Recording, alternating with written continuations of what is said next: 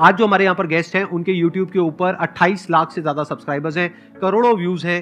Please give an energetic and warm welcome to the one and only Mahendra डोगने।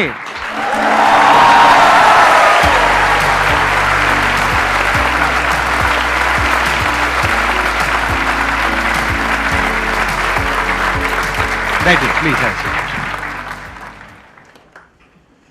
मेरा नाम महेंद्र दोगने है और मैं मध्य प्रदेश के सबसे छोटे डिस्ट्रिक्ट हरदा से बिलोंग करता हूं और अभी भी वहीं पर रहकर सारी चीज़ें कर रहा हूं, सारे काम कर रहा हूं। मेरे पिताजी एक मैकेनिक है। मैं सेशन सुन रहा था शायद मनोज का, और उसमें उनके पिताजी शायद बाइसिकल रिपेयर करते थे। राइट। तो मेरे पिताजी जो है बाइक रिपेयर करते थे और अभी भी करते हैं, और मैंने वहीं से शुरुआत की। तो मैंने भी बचपन से लेकर लगभग आधी जवानी तक वहीं पर बाइक भी रिपेयर की है और वहीं से बहुत कुछ सीखा है मैंने। तो आपने अपनी ये YouTube की जर्नी कब शुरू करी, कितने साल हो गए? YouTube की जर्नी मैंने काफ़ी लेट शुरू करी, लगभग 2018, मतलब 1 जनवरी 2018 को हमने कसम खाई थी कि ठीक है अभी फोड़ते हैं, मतलब इस टाइप का थोड़ा सा। तो 4 साल हुए हैं आपको कसम खाए हुए? जी। और सब्सक्राइबर जो है 28 लाख सिर्फ YouTube के एक चैनल पर है। हमारे 2 चैनल है, एक चैनल और है MD मोटिवेशन जो हमने शुरुआत में किया था, तो उस पर है 1.8 मिलियन, इस पर है 2.8 मिलियन। YouTube वाला जो आपने शुरू किया 4 साल पहले, उसके पीछे मोटिवेशन क्या थी, वो कहाँ से आइडिया आया आपको? इंडिया में बहुत ज्यादा मोटिवेशनल स्पीकर उस समय जैसे सर कर रहे थे वैसे नहीं थे। मतलब सर ने भी शुरुआत शायद 2011-12 में की थी आपने? 12 में करी। तो उससे पहले मैं एंथोनी रॉबिन्स को बहुत सुना करता था। तो एक दिन मैं सुबह सुबह देख रहा था कि एक वीडियो आया मेरे सामने, 2012 की शायद वो बात है, और वो वीडियो संदीप भैया का था, जो कि मैंने देखा और मैंने कहा अरे इंडिया में भी ऐसा कोई कर रहा है या कुछ तो हो रहा है ऐसा। जब भैया ने ये वीडियो डाली उसके बाद समझ में आया कि अच्छा, और ऐसा होता है कई बार कि जब आप छोटे होते हैं तो कोई ना कोई एक व्यक्ति ढूंढ रहे होते हैं, आइडल ढूंढ रहे होते हैं, ऐसा भी कह सकते हैं हम, कि कोई व्यक्ति एग्जैक्टली कुछ कर रहा है क्या वैसा। तो मुझे दिखा कि अच्छा ये कर रहे हैं, तो मैंने सोचा क्यों ना मैं भी करूं, और मैंने डिसाइड किया कि finally I am ready to be a life coach और मोटिवेशनल स्पीकर। कितने टाइम बाद आपको सक्सेस मिली सिर्फ YouTube पे? 3 से 4 महीना लगा था मुझे, क्योंकि अच्छा। मुझे बहुत ज्यादा कॉन्फिडेंस था कि ऐसे लोग यदि मार्केट में चल रहे हैं तो मैं तो बहुत अच्छा फोड़ सकता हूँ। ऐसे आपने उधर इशारा क्यों किया, मेरी तरफ क्यों किया? आपके जैसा नहीं। ऐसे लोग अगर चल रहे हैं ऐसे तो पता नहीं क्या कर सकता हूँ। नहीं, ऐसे लोग नहीं सर। मैंने तुरंत मोटिवेशनल स्पीकर बनने के बारे में नहीं सोचा। मतलब मुझे पता था कि पोटेंशियल है मेरे अंदर, और मुझे बोलना बड़ा अच्छा लगता था। मतलब मैं जब बोलता था तो लोग सुनते थे, और वो जो कनेक्शन होता था, जैसे भैया करते हैं कि जब आप भैया बोलते हैं और आप लोग हंसते हैं तो इनके अंदर क्या फील हो रहा होगा वो आप सोच भी नहीं सकते हैं, है ना। और हर बार वही चीज इनको यहां पर आने के लिए मोटिवेट करती है, या वही चीज इनको एनर्जी देती है, पावर देती है। तो वही सेम फीलिंग मेरे साथ भी होता था कि जब मैं स्टेज पे होता था, छोटे छोटे स्टेज थे उस समय, जब मैं कोचिंग चला रहा था तो बहुत छोटा स्टेज होता, 200-300 बच्चे बैठते थे वहां पर, लेकिन जब वो हंसते थे मेरी बातों पर, इंजॉय करते थे उस बात को और डीप चले जाते थे। मतलब जो लास्ट सेशन हुआ था मेरा अभी 2-3 महीने पहले, यदि मैं उसका टाइमिंग बताऊंगा तो आप आश्चर्यचकित रह जाएंगे। मैं 6 घंटे स्टेज पे था, सिर्फ 15 मिनट का ब्रेक लिया था और कोई भी जाने को तैयार नहीं था। क्या बात। तो 6 घंटे मैंने रेगुलर बोला है। तो 6 घंटे कोई व्यक्ति किसी को सुन सकता है क्या? किसी का गर्लफ्रेंड या बॉयफ्रेंड होंगी तो वो भी बोर हो जाते हैं, अरे पका मत ना, अभी रखना फोन, इतना क्या है ना। एक समय में बात करने के बाद शुरू में तो बड़ा मजा आता है, हाँ हेलो जानू।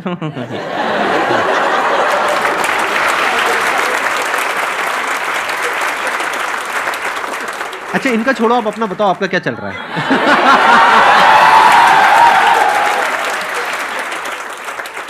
आपका भी क्या स्टेटस है? मेरा स्टेटस सिंगल है और मैंने शादी नहीं की है। Ready to mingle? नहीं। अच्छा, ओके, हाँ। क्योंकि मैंने जो है अपने ये जो मैंने अभी लक्ष्य रखा है अपने लिए और सोसाइटी के लिए, उससे ही अभी तो मैंने शादी कर ली है। और लक्ष्य क्या है? तो लक्ष्य के अंदर ये 5 उंगलियां हैं। यदि 5 उंगलियां आपने क्लियर कर ली अपनी लाइफ में, तो आप जितनी भी हमारे सेशन सुनते हैं शायद आपको उनको सुनने की जरूरत नहीं पड़ेगी, और आप अपनी लाइफ में वहां होंगे जहां आप एक्चुअल में पहुंचना चाहते हैं। तो ये 5 फिंगर्स क्या है, मैं बहुत सिंपल तरीके से बता देता हूं। सबसे पहले इस पहली फिंगर को कंप्लीट करना है, और ये पहली फिंगर है वो आपकी हेल्थ की है। आप सारी चीजें भूल जाओ, सबसे पहले अपने हेल्थ का स्टेटस पता लगाओ कि आपकी हेल्थ कैसी है। हेल्थ ठीक नहीं है तो कुछ भी नहीं है। दूसरा हो गया कि दिमाग का स्टेटस देखिए, आप फास्ट लर्नर है या नहीं है ना। जल्दी सीख पाते हैं या नहीं सीख पाते। नहीं सीख पाते ये बुरी चीज नहीं है। मैं भी 7th में सप्लीमेंट्री लिया बैठा हूं, मुझे भी 9th में फेलियर मिला है, लेकिन इसका मतलब ये नहीं है कि मैंने बाद में उसको सीखा नहीं कि कैसे सीखा जाता है। जो लोग कहते हैं ना कि हम बुद्धू हैं, हमें समझ नहीं आता, बहुत गलत सोचते तुम लोग। ये वाला उंगली जो है ना उसको क्लियर करो कि फास्ट लर्नर कैसे बनते हैं, ये सीखो। पहला हो गया फिजिकली फिट, दूसरा हो गया मेंटली फिट, तीसरा जब ये दोनों उंगलियां कंप्लीट हो जाए तो भी काम नहीं चलेगा जब तक आप इमोशनली अपने आप को फिट नहीं करेंगे। आपके इमोशंस पर आपका कंट्रोल होना चाहिए, कब गुस्सा आना चाहिए कब नहीं आना चाहिए हमारे हाथ में नहीं है, लेकिन जब आ जाए तो उसे कैसे बैलेंस करना है ये हमारे हाथों में होता है, और ये हम बहुत अच्छे से सीख सकते हैं। जब ये तीनों उंगलियां कंप्लीट हो जाती है और आपके पास पैसे ही नहीं है, मतलब चौथी उंगली नहीं है, तो ये तीनों उंगलियां किसी काम की नहीं है, चौथी उंगली को क्रिएट कीजिए, मतलब वेल्थ बनाइए अपनी, फाइनेंशियली फ्री होइए, और उसके बाद जब ये चारों चीज हो जाए तब आइए और समझिए जो जीवन है एक्चुअल में वो क्या है, मतलब जो स्पिरिचुअल जर्नी हम कहते हैं। और जब ये पांचों उंगली आप बनाएंगे तब बनेगी एक मुट्ठी, और उससे आप जीवन में फिर कुछ भी कर सकते हैं। बहुत बढ़िया।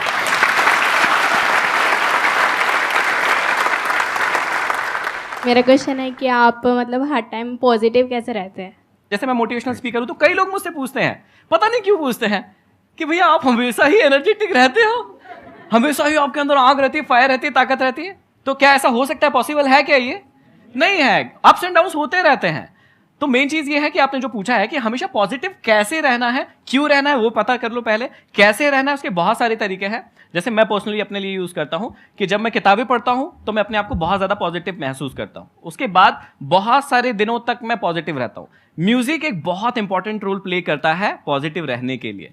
तो कई बार आप जब म्यूजिक सुनते हैं, आप में से कई सारे लोग म्यूजिक सुनते होंगे और अपने आप को रिलेट कर पाते होंगे उससे, तो वो भी एक बहुत अच्छा सोर्स है कि आप अपने आप को पॉजिटिव रख पाए। लेकिन मेन चीज ये है कि पहले पता तो कर लो कि आपको पॉजिटिव रहना क्यों है, किस लक्ष्य के लिए रहना है। या यहां पर ना एक चीज यदि हम करवा सके कि बहुत सारे लोगों का एक कॉमन क्वेश्चन रहता है जो मेरे साथ तो बहुत पूछा जाता है, मुझसे पूछा जाता है कि ना हमें पता नहीं चल रहा है कि हमें करना क्या है, हाँ या ना? तो इसका जवाब दे सकते हैं क्या हम लोग? दे दे फटाफट। तो कुछ एक छोटी सी एक्टिविटी करवा सकते हैं क्या? हाँ, ठीक है ठीक है, दो लोग कोई भी आ जाओ स्टेज पर। आपका शुभ नाम क्या है? देव है। आपका? मोहित। यहां पर खड़े। तो अब आपका नाम ना देव नहीं है, थोड़ी देर के लिए आपका नाम देवयानी है। क्या है? तो मोहित आपको क्या करना है, ये देवयानी है, ये आपका लक्ष्य है। क्या है? लक्ष्य। हाँ, इसको आपको पाना है। चलो पालो फटाक से, चलो जल्दी चलो, चलो पालो पालो। अरे नहीं, भागना नहीं है, आप यही कर रहे हो, भाग रहे हो, यही कर रहे हो। जाइए थोड़ा और पास जाइए, आंखों में आंखें मिलाइए, हाँ गले मिलिए थोड़ा सा, हाँ बस बस बस जा। अभी देखिए बहुत सिंपल था कि इनका लक्ष्य जो है वो एकदम इनके सामने था, और क्या हुआ, इन्होंने उसको पा लिया। अब इनकी आईज क्लोज कर देते, ये चश्मा उतार लीजिए। तो अभी जो है वही लक्ष्य है। लक्ष्य क्या है? देवयानी इनका लक्ष्य है, लेकिन अब इनको पाना है देवयानी को। ठीक है, आप मम्मी की कसम है, आपको ना आंखें नहीं खोलना है, ठीक है? चलो ठीक है, रेडी? पाए? चलो आराम आराम से चलो, धीरे धीरे भाई।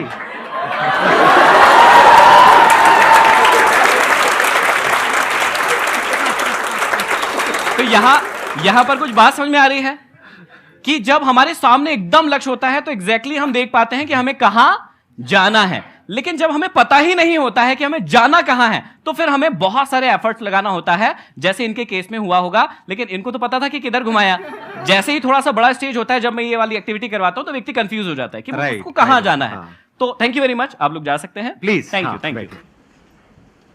तो एक्चुअली में मैं समझाना ये चाहता हूं कि भैया आपको पता होना चाहिए कि आपको जाना कहां है। जब तक खुली आंखों से आपको पता नहीं चलेगा कि ये आपका लक्ष्य है, तब तक आप ये जो प्रॉब्लम आ रही है ना आपकी लाइफ में कि कैसे मोटिवेट रहना है, कैसे हमेशा पॉजिटिव फील करना है, ये सब होता रहेगा। लेकिन जब आपको पता चल जाता है कि आपको जाना कहां है, फिर ना आपको किसी भी क्वेश्चन के जवाब की कोई जरूरत नहीं होती है। सारे जवाब आपके पास खुद ब खुद आ जाते हैं या आप ढूंढ लेते हैं। मेरा क्वेश्चन ये है सर, जो कम्युनिकेशन स्किल्स होती हैं, हमारे आसपास ऐसा एनवायरनमेंट हमें नहीं मिल पाता है और काफ़ी दूर तक नहीं होता है, तो उसको अगर हमें वर्क करना है उस पर, तो उसको हम कैसे सही कर सकते हैं?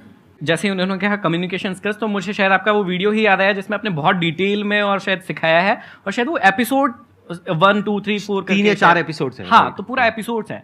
तो पहली बात जो इन्होंने कही वो शायद यहीं पर, मतलब मुझे ब्लेम नहीं करना चाहिए, लेकिन यहीं पर गलत हो गई कि सोसाइटी में कोई सिखाता नहीं है, क्योंकि ऑलरेडी मतलब आसपास ऐसा कोई वो नहीं है, माहौल एनवायरनमेंट नहीं है। ये कह रहे हैं कि हमारे आसपास में जो लोग हैं वो ऐसे नहीं है कि उनसे बात कर सके।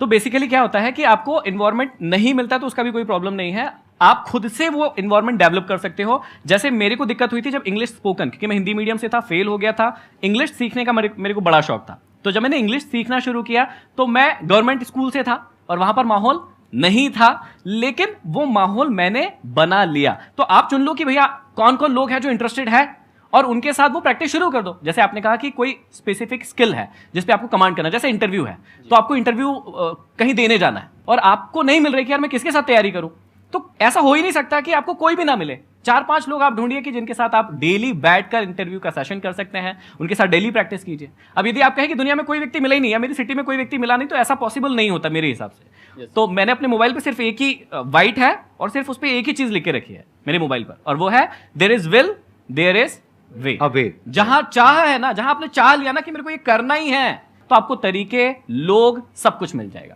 आप एक काम करो ना, आपके पास में मोबाइल है? Yes sir. कैसा है, स्मार्टफोन है या?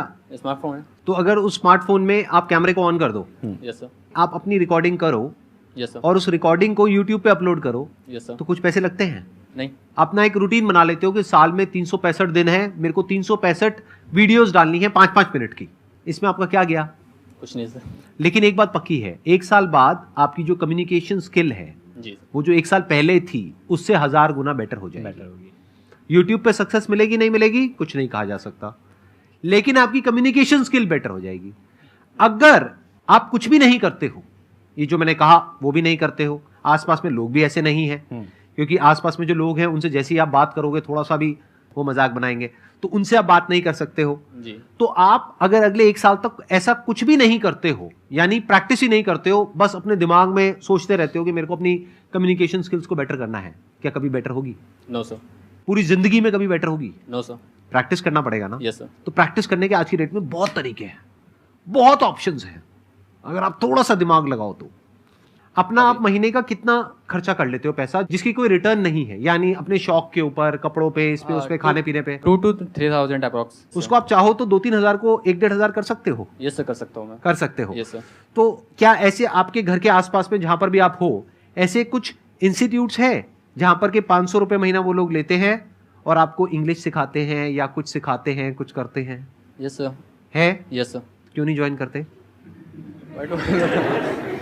मैं एक बार गया भी था, मैं ज्वाइन करने का ट्राई भी किया था, मैंने लिया था, तो वहाँ पे उन्होंने क्या किया, पब्लिकली बैठा लिया सामने और एकदम मतलब बिना किसी उसके बोल दिया बोलो यहाँ बैठकर, तो थोड़ा सा मतलब एकदम पब्लिक में आपको 50-60 लोगों के बीच में एकदम बैठा के बोलने को कह दिया, तो थोड़ा वो रहता है ना। तो यही तो आप चाहते यही हो। तो चाहते हैं। आराम से सोचो, समझने की कोशिश करो। यहाँ पे आपको बहुत सारे कॉन्ट्रडिक्शंस नजर आएंगे अपनी थॉट प्रोसेस में, अगर ध्यान से समझ पा रहे हो तो। आप लोगों को समझ आ रहा है ना मैं क्या कह रहा हूँ?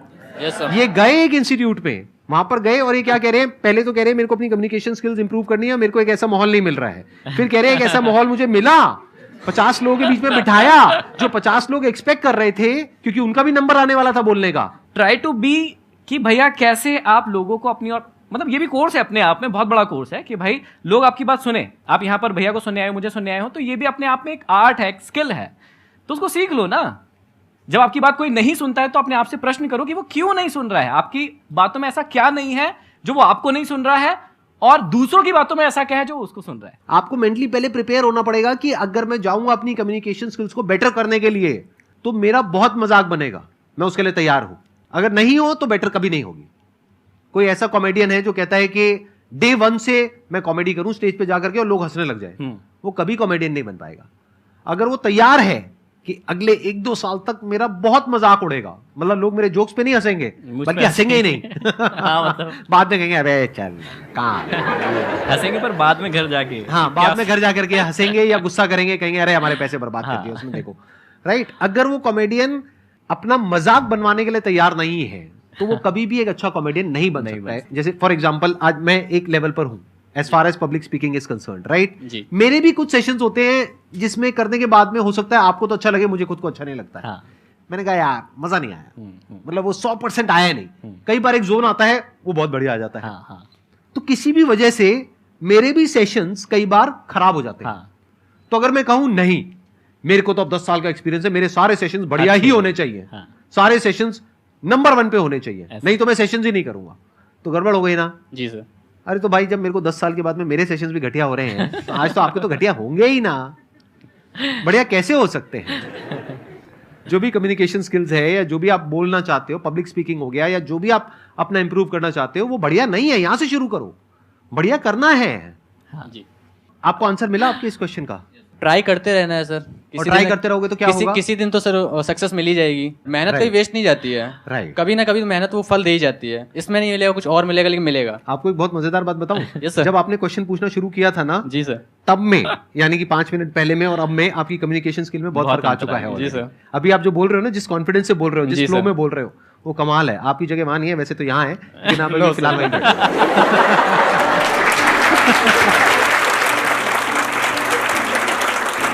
Thank you so much for coming. Thank you, sir. It means a lot to me and to everybody here. Thank you. I'm sure आप लोगों को बहुत कुछ सीखने को मिला होगा. Thank you so much. आसान है.